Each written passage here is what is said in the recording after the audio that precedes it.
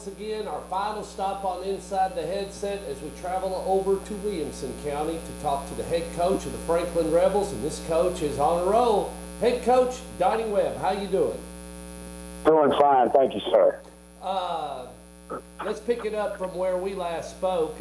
You came over here and came away with a W after losing to Centennial in that first game, and came away with a W at 27-20. Talk a little bit about the Riverdale game, since I was at that game.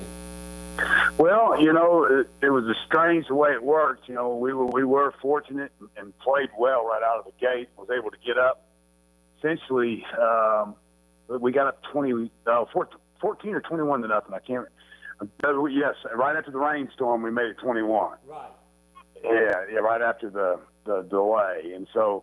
It was kind of strange having the delay. I didn't know how we would, come back and react, because I felt like we were playing well. Boy, you were. Man. You were running the ball. You were flying to the ball. I mean, I think you all came out of the gate a little bit better than Riverdale. Yes, I mean, and then we did the same thing we had done the week before. Some of that's, a testimony to Will and Coach Price. He's got those kids playing hard. They didn't quit, and then we let them get some big plays and get right back into the game. I learned we were concerned about their return game, and I think I spent too much time worried about kicking away from everybody. I gave them weights and too good a field position on the kickoffs, but that was my choice, and we gave them some really good field position to allow them to stay with us, if you say, because we were playing well. But then, anyways, they battled back, and it was disappointing to have the turnover on the 1 yard line when we were going in. Essentially, hopefully maybe to put the game out of reach, and then Riverdale made the play, and then we were able to battle at the end and get the onside kick. But it was a great atmosphere and a good ball game, and then we went to Overton this past Friday night and probably played as good offensively as we could play. We really did. I think we put over 500 yards of total yards on the ground, total yards, ground and air, and then flew around, played pretty good defensively. So we're sitting at 2-1 and getting ready for our big rival game with Brentwood High School. And talk about Brentwood, going over there, going against Ron Crawford and everything. I mean, to the people that, of course, we're putting this show on YouTube, so anybody across the United States as well as the world can watch it. But those that are associated that know this area, I mean, you guys are kind of on the other side of the bracket from us, but when you start mixing in some of the other schools, that's an old rivalry.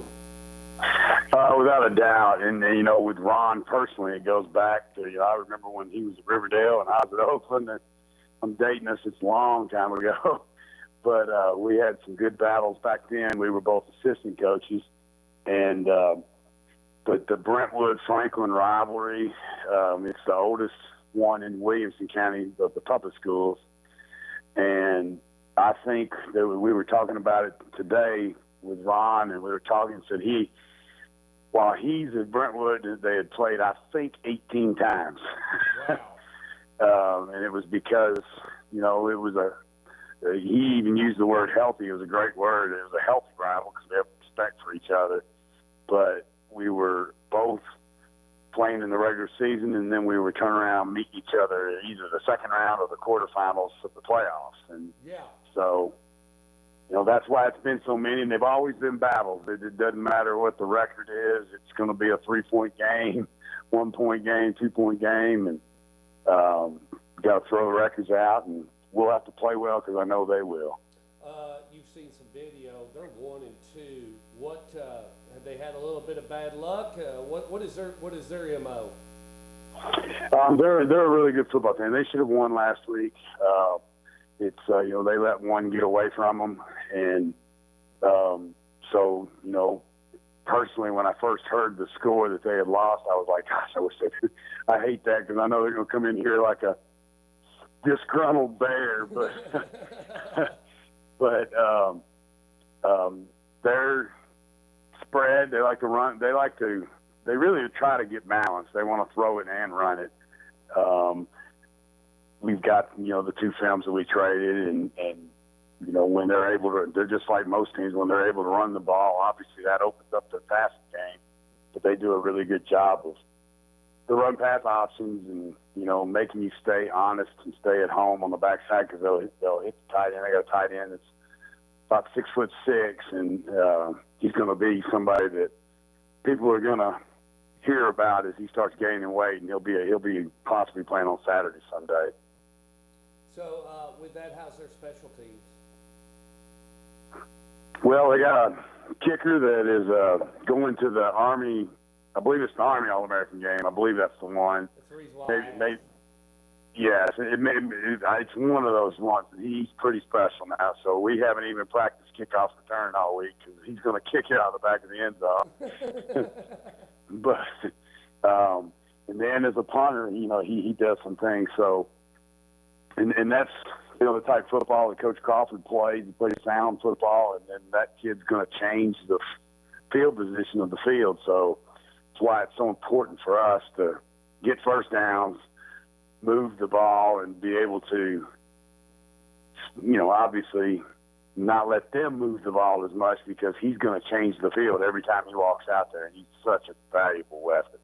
Well, you said two. I want to talk about just two things, and then we'll wrap it up. The first thing is the relationship that you have with Coach Crawford, Coach Kreisky, a lot of these coaches. It's about coaching kids. It's about my 11 on the field and your 11, and let's just see what we can do. I mean, it's a lot of fun, isn't it, Coach? And people don't understand the camaraderie that goes into it. But there's a little bit of, I can call and I coach my kids a little bit better than you, so Coach Pat Dye always said. Well, I do know that, from 7 o'clock to 9:15, however long the game takes, that I know that it becomes a bitter rival at that point, and at that point I wish him not well. But the rest of the time, 364 other days of the year, it really is. There's lots of us all around. It's coaching high school football is a special group, if you want to say, and we all respect each other, and we all got our likes and dislikes, different things we like to do, but bottom line is we respect people to do stuff, and I have the utmost respect for Ron Crawford and what he's doing at Brentwood. Well, let's wrap it up. You and I were kind of texting each other last night. I want to wrap it up on this note. So I guess you didn't know that I'm a Maroon boy. I'm a Coach Kidd boy. You started shooting on them names. I said, well, I wasn't very good, so I was just standing there watching, but I remember those names, those guys that were playing. Well, I will tell you this, Coach. You know who I am.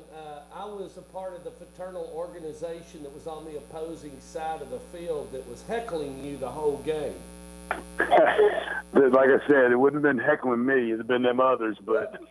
Well, we were always positioned next. We were to the left of the band usually, but we always sat on the opposing side. But oh yeah, yes, I remember those. I never. Coach Watson's talked about it and everything, and in fact, when Roy Kidd coached his last football game, it was right here in Nashville. He played TSU, and one thing about Roy, we could be down 2 touchdowns and 6 minutes left, and Roy's running a dive play. He was going to run it. He didn't care. I mean, and he won a lot of games that way. I mean, people just didn't know that Roy Kidd loved to run. He didn't want to put the ball in the air. Yeah, and gosh, it was they had some really, really good players, and of course MTSU did as well. And those were some great games. Just I value that I was a part of it. It wasn't like I was on the field doing what the rest of those guys were doing, but they were some fun games to view and be a part of. That's for sure. Well, it's always great to talk to you. Appreciate you joining us on the show and joining us.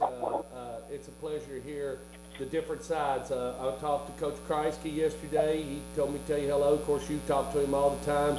I talked to Creasy today. I've talked to Philip. Philip beat Dobbins Bennett. I talked to him. And so they got a tough game against Heritage, and then we went over and it's irony. I talked to Coach McDaniel, so we all know the bloodlines of Coach McDaniel and Coach Crawford, and then I talked to Coach Dobbs, and you're the last stop. Well, I do appreciate it. I definitely need to be the last one out of some of those. And those are some really good guys. You tell Will the next time you do see him, because I'm proud of him, and he's gonna do just fine there. Y'all hang in with him.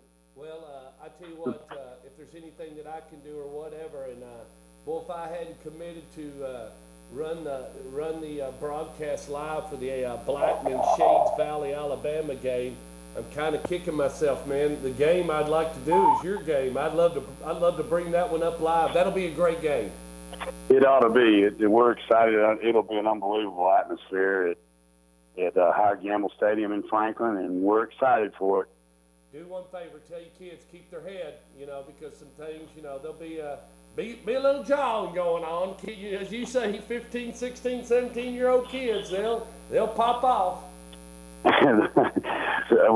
don't worry about the kids as much as I do the parents most of the time. So we'll just see what happens. It's going to be a fun night. Well, I'd say that may be a better video than the game is the film of the parents from Franklin and Brentwood.